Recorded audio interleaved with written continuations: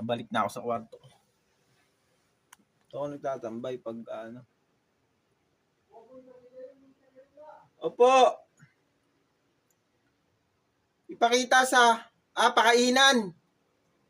Oo, hindi ko pa pakainan! Pakainan daw sa aso. Hindi ko...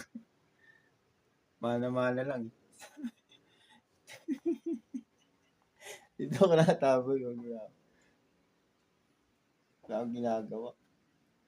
Bago magluto, dito ako tambay sa maliit na kwarto. Yung cabinet, mga damit namin. Maliit lang, simple lang. Maliit lang kwarto ko eh. Libot kita, gusto mo? Yan, ganda kwarto ko. Maliit lang siya.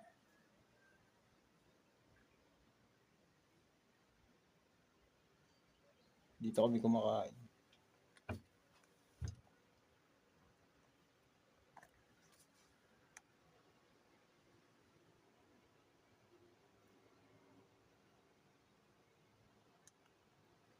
Summer ngayon eh. Napakainit dito. Nakaka-depress eh. Bibili akong folding bed. Pag may pera na ako. Wala pa eh. Wala pa sahod. Geng.